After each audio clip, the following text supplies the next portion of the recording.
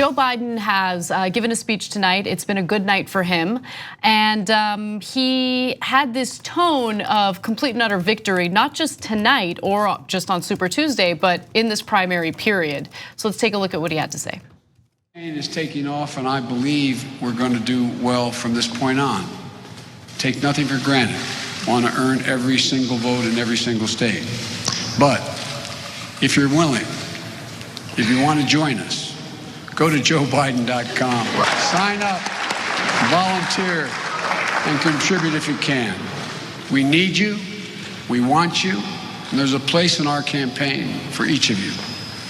And I want to thank Bernie Sanders and his supporters for their tireless energy and their passion. We share a common goal, and together we'll defeat Donald Trump. We'll defeat him together. All right, so in response to his speech, and obviously we haven't seen the whole thing, but Tommy Vitor had some commentary on Twitter that I wanted to share with you. He wrote, "I was nervous about an election night speech in an empty venue with a small crowd. Why were you nervous? What would there be? Because nobody likes him? Yeah, I don't know. It's strange that he'd be nervous, especially since Biden's totally fine mentally and wouldn't mess up or anything. He might mean there's not much energy if there's no crowd.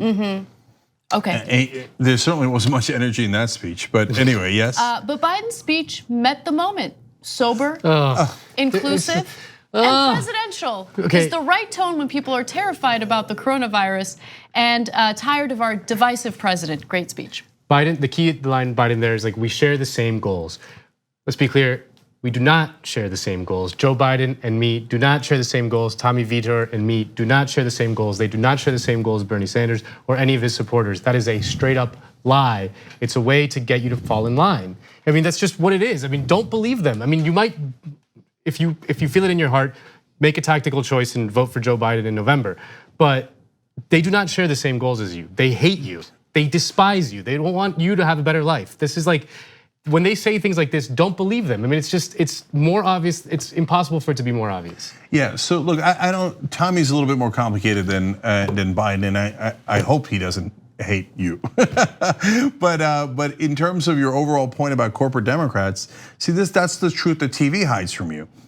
We have giant policy differences, and why do they hide it from you is what's interesting, because what do they care? Why, they crush us anyway. So they did in this election, they did in 2016. So why bother pretending that we have the same goals? Because they need your votes.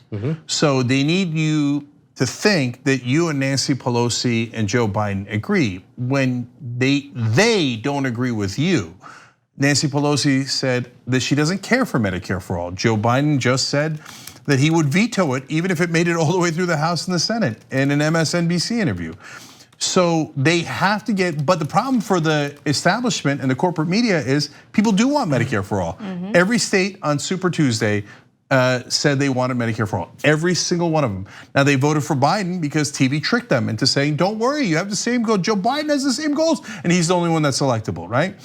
So they need your votes and they need to trick you. That's why they pretend we have the same goals. But it is an absolute stone cold fact that Joe Biden and Nancy Pelosi and Chuck Schumer do not want Medicare for all. How do I know that? They said it, okay? Green New Deal. Nancy Pelosi called it Green Dream or whatever. Joe Biden said he's not gonna do it. So they don't have the same goals. Getting money out of politics, are you kidding me? That's the only reason they're in politics. That's what gives Pelosi, Schumer, and Biden their power. They don't wanna get money out of politics. So those are your top 3 priorities for progressives. College for all, they don't want it. I mean, you name a policy, they don't want it, we don't agree. We should be the Democratic Party because those are progressive policies and the Democratic Party is supposed to be the progressive policy. They've turned it into this toxic corporate party and pretended that's what Democrats are supposed to stand for.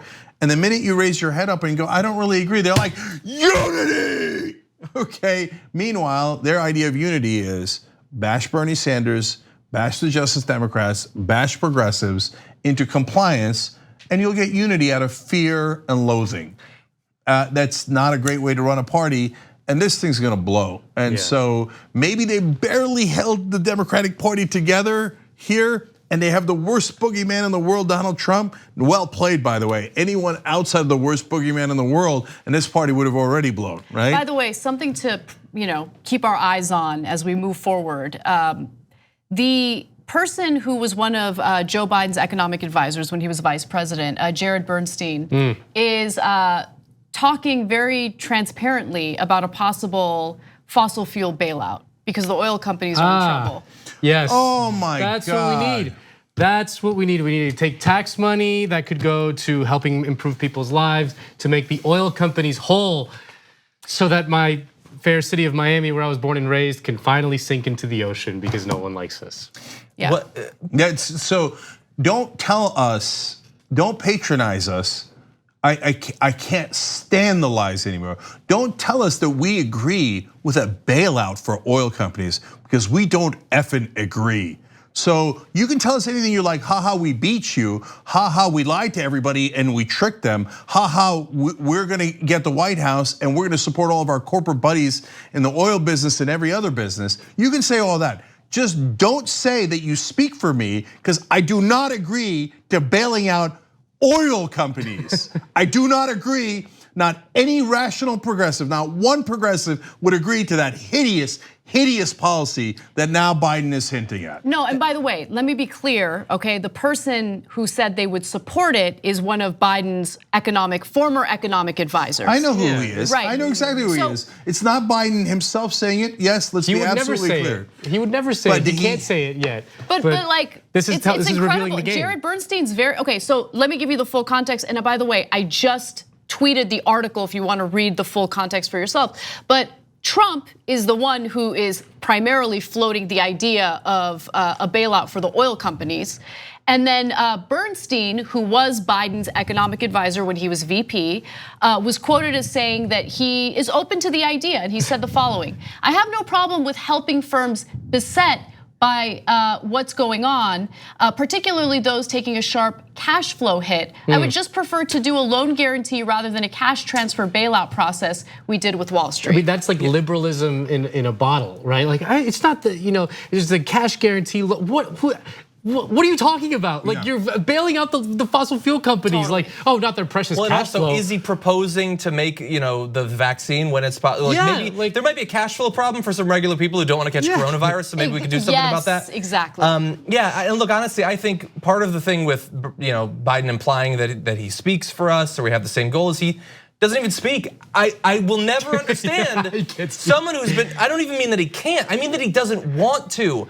I will never understand a person who's been running for president for more than a year, and I could not tell you, and I'm trying to be fair, I couldn't tell you why he wants to be president, other than soul of the nation, healing divide, something like that. Like, doesn't it seem, if you're a Biden supporter, doesn't it seem weird to you that someone wants to have the most powerful single position in the entire world and they don't really seem to have much they want to use it for? Maybe he wants to cure cancer, okay? He talks about that, and I can understand exactly why. That makes sense. Beyond that, but Medicare I honestly for all don't is know. pie in the sky. Exactly. Yeah, like you go to a Bernie rally. I was just at one 2 weekends ago, and he will talk as long as you will stand there about all of the different things that he sees that are wrong with the country, that he thinks he needs to fix, and he honestly believes that he's right, that for that to happen, he has to be president.